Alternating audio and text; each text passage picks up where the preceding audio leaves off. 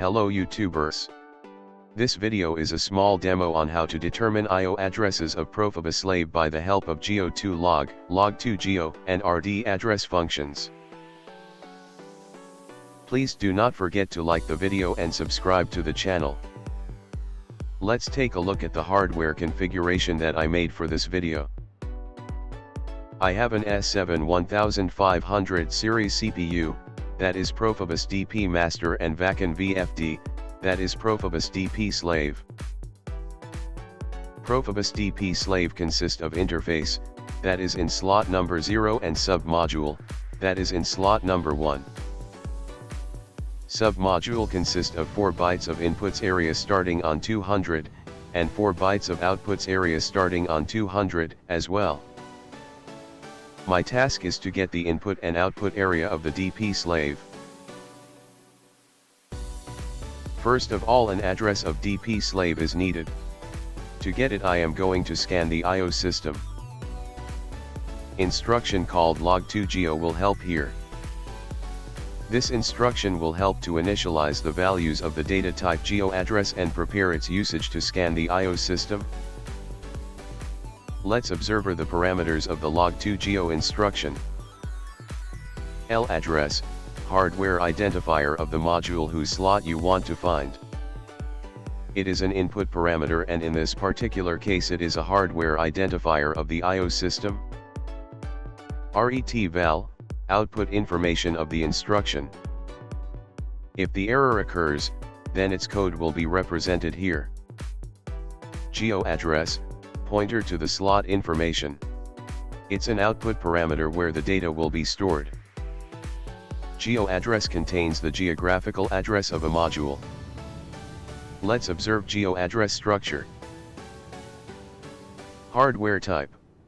Type of hardware will be represented here. Area. This parameter is used to store the area ID. I/O system. This parameter represents the number of the I/O system, that is assigned to the hardware configuration in the design time. Station. The meaning of this parameter depends on the value of the area. Slot.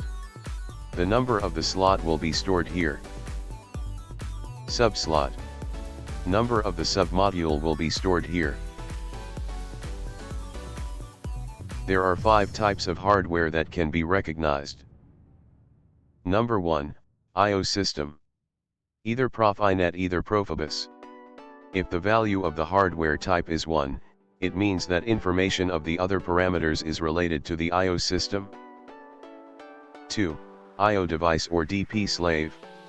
It depends on the parameter area ID. 3, rack. 4, module. All other parameters will be related to the module.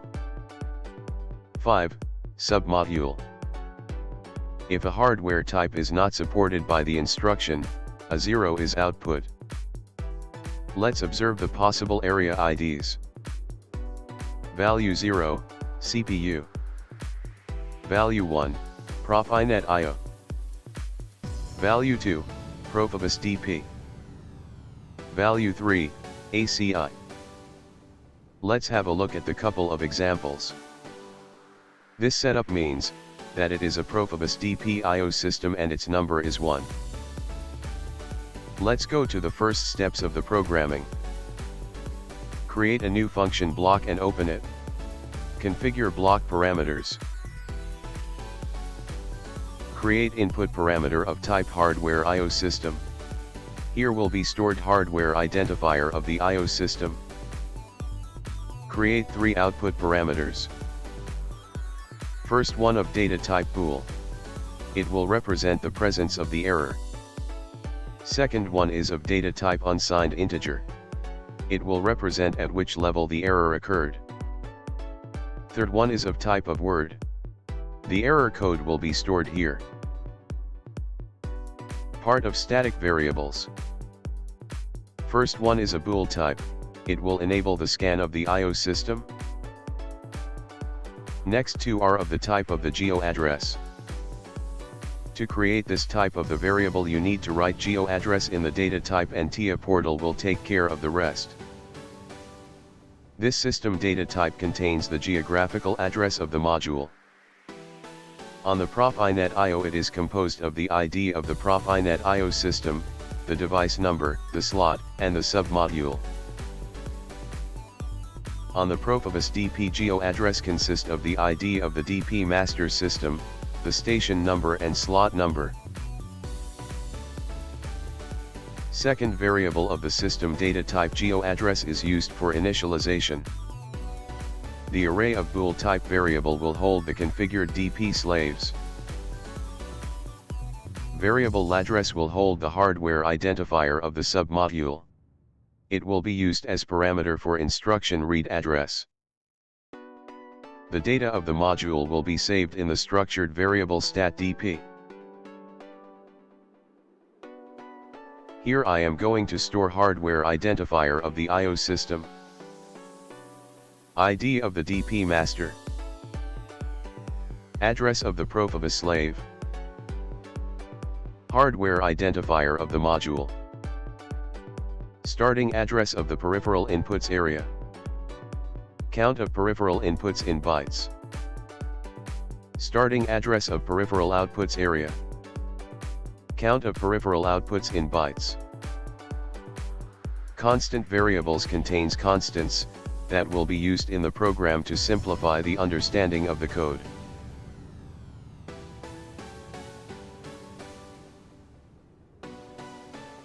Let's go through the programming. At the beginning of the function block, I do initialize the data. After data initialization, I do read the geographical address of the PROFIBUS DP I/O system. Instruction LOG2GEO is used. To get the geographical address of the I/O system, LOG2GEO uses hardware identifier as input parameter. It can be found either from the hardware configuration, either from the tags table. To find the hardware identifier from hardware configuration, open Devices and Networks, select your PROFIBUS DP master system. In the Properties, switch to the System Constants tab. Here is your PROFIBUS DP master system hardware identifier. Make sure that you are looking at the type HWIO system.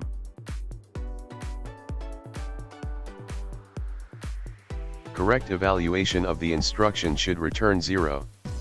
If the instruction returns other value than 0, it means that error occurred, and error code is returned as the result of the instruction. Here I do check the result of the instruction. If result is not 0, then I do evaluate error. At this point, GEO address will return me the following values. HW type, 1, I/O system. Area ID, 2, PROFIBUS DP. I/O system, 1, ID of PROFIBUS DP master system. So my GEO address system data type is configured for PROFIBUS DP master system number 1. I do save the hardware identifier of PROFIBUS DP master system and the ID of it. Now I need to find the number of the configured DP slave. Here I will use instruction called DeviceStates to scan the DP master system for configured device. Instruction has 4 parameters. L address, hardware identifier of the PROFINET I/O or DP master system. You need to assign your DP master system identifier here. Mode, selection of status information to be read. RET val, status of instruction. If the instruction is evaluated with error, then error code will be stored here, otherwise it will return 0. State, buffer for status of the I/O devices or the DP slaves. In my case it will return the status of DP slaves. Possible modes. 1. DP slaves are configured.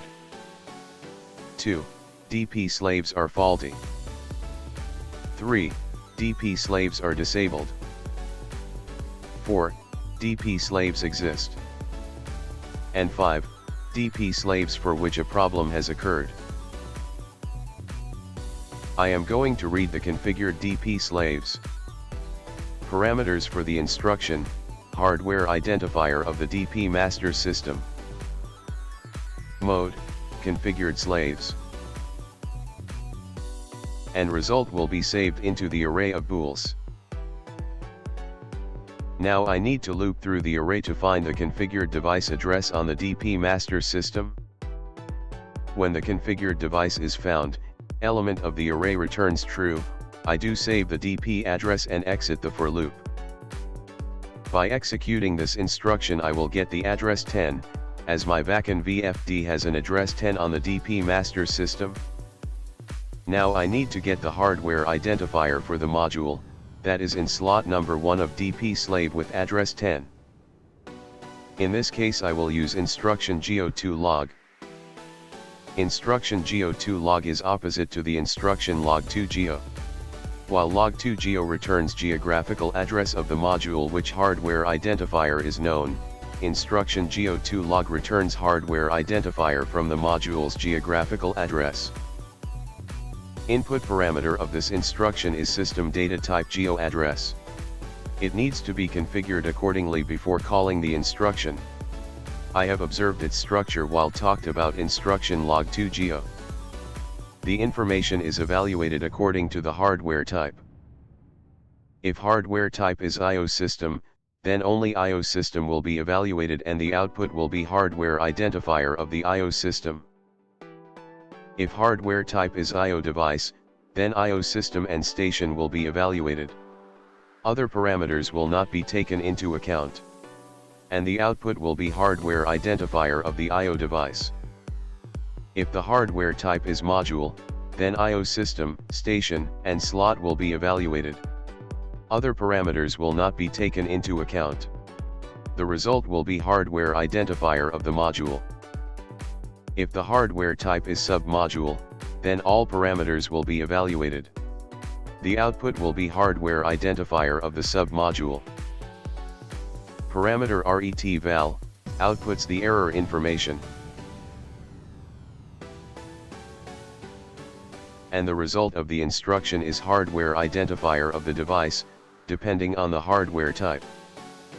Now that we have observed the GEO2LOG instruction, let's return to the programming. Before calling the instruction, GEOADDR system type needs to be initialized for hardware type module. Here I do set type module. In addition I need to set slot number 1, as my module is in slot number 1 of the DP slave.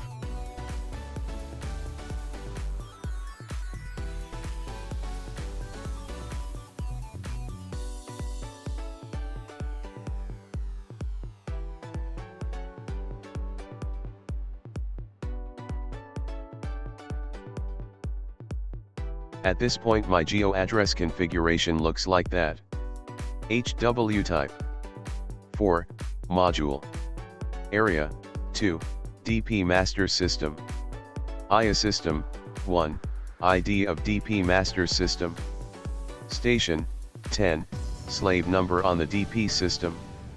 Slot 1, module is in slot number 1.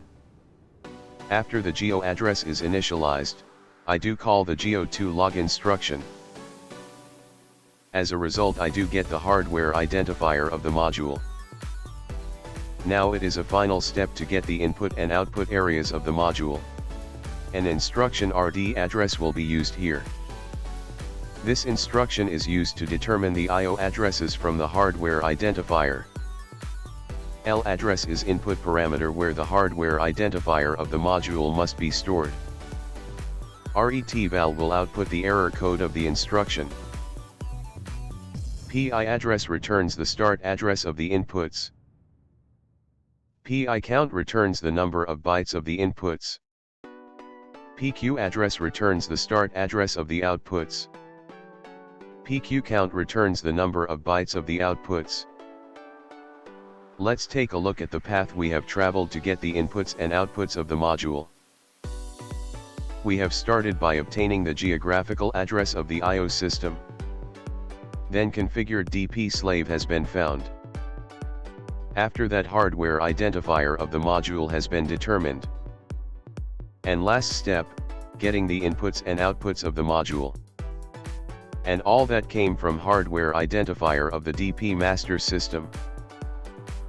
Now it is time to test the application.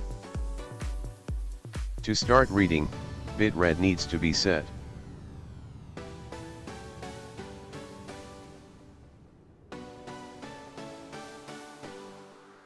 The result shows that DP slave address is 10, input starts on 200 and there are 4 bytes of inputs.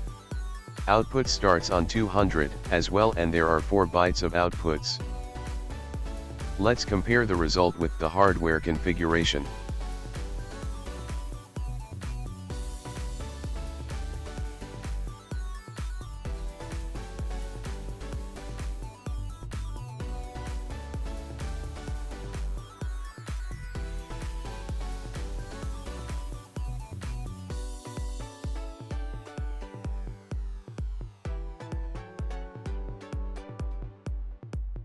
As you can see, the result corresponds to the hardware configuration. What will happen if the hardware configuration is recently changed? Let's find out.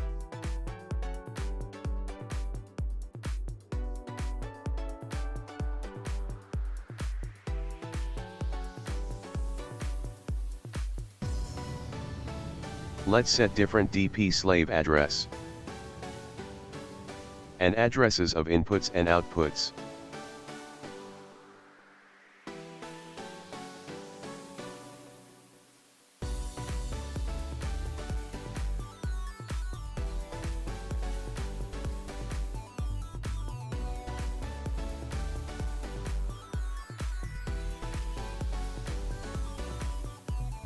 Let's test the application with a new setup.